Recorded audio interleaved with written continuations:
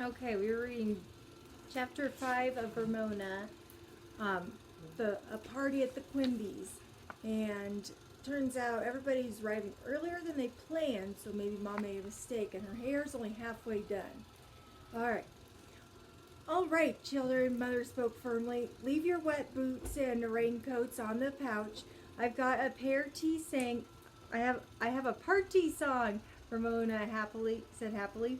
Beezus, who had plenty of expertise with Ramona and her boots, knew where she was needed.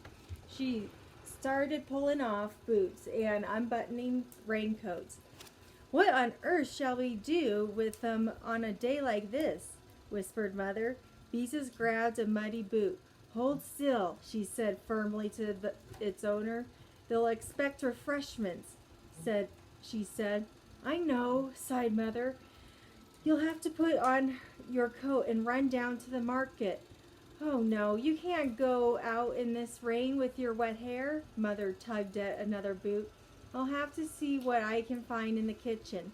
Beezus and her mother herded the winglings, squealing crowd into the front bedroom and went to work removing sweaters, jackets, caps, and mittens. In between, Beezus pulled 3 children out of the closet, dragged one out from under the bed, and snatched under Mother's bottle of best perfume from another. All right, everybody, everybody out of here. Beezus ordered that when the last mitten was removed, and her mother had hurried into the kitchen. We'll go into the living room and do something, she finished lamely. Ramona, bring some of your toys out of your room. Bingle, bongle, bye, shouted Howie just to make some noise. Bingle, bongy, bye, the others joined in with great delight.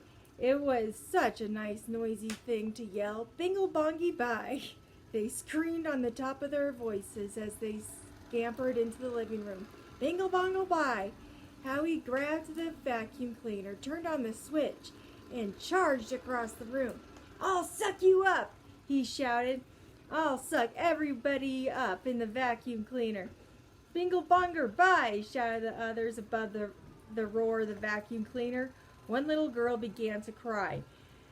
I don't want to be sucked up in the vacuum cleaner, she sobbed. Willa Jean looked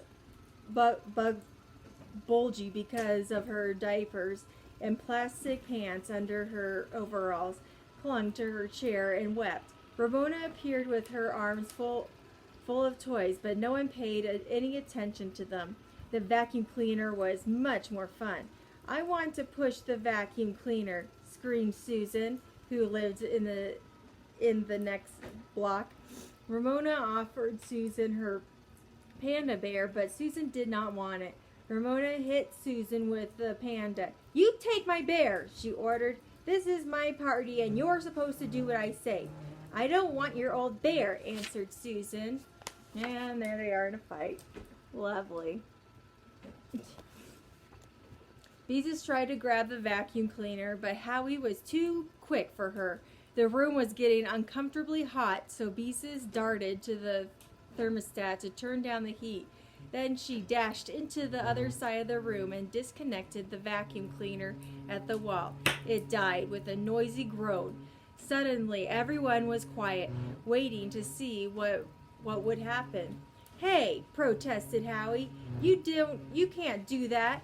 Beezus frantically tried to think of some way to keep 15 small children busy out of mischief.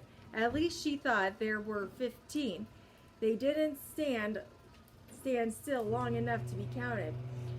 Where's the party? One little boy asked. Ramona appeared with more boys, which brought a drum.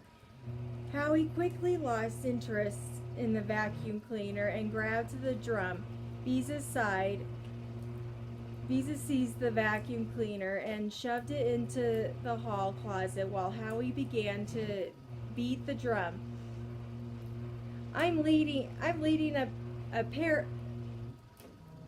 paradigm, he said.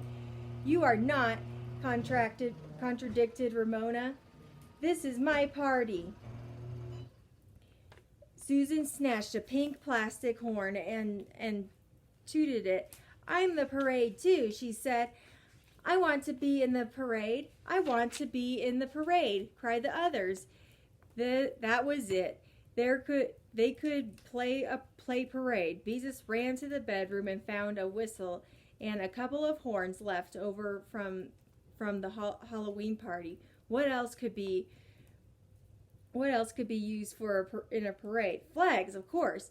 But what could she use for flags? Beezus thought fast. She gathered up 2 yardsticks and several rulers.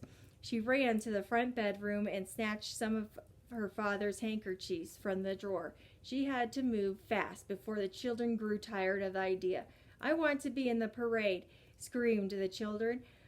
Mother, help me, cried Beezus. Somehow Beezus and her mother got father's handkerchiefs tied to the sticks and distributed to the children who did not have noisemakers. Howie banged the drum. Follow me, he ordered from the beginning to the march. The others followed, blowing whistles, tooting horns, waving flags. No, screamed Ramona, who wanted to boss her own party. You wanted a party, Mother reminded her. If your guests want to play parade, you better join them. Ramona scowled, but she took a flag and joined the parade rather than to be left entirely on her own at the party. Playing parade was a wonderful idea. Mother smiled at Beezus. I hope it lasts. So do I, Beezus agreed. Bingle bongle bye, yelled the flag wavers. Howdy led the parade, including the sulky Ramona, out of the living room, down the hall, through the kitchen and the dining room, and back into the living room again. Willa Jean toddled along at the end of the procession. Beezus was afraid that the parade might break up, but all the children appeared delighted with the game. Into the bedroom they marched and out again. Beezus opened the basement door. Down the steps, Howie led the parade. Willa Jean had to go down the steps backwards and on her hands and knees. 3 times around the furnace marched the parade and up the steps again before Willa Jean was halfway down. Beezus opened the door to the attic. Up the steps marched the parade. And there they are. Of course, Ramona's not happy, but she's going along, and there's a huge parade.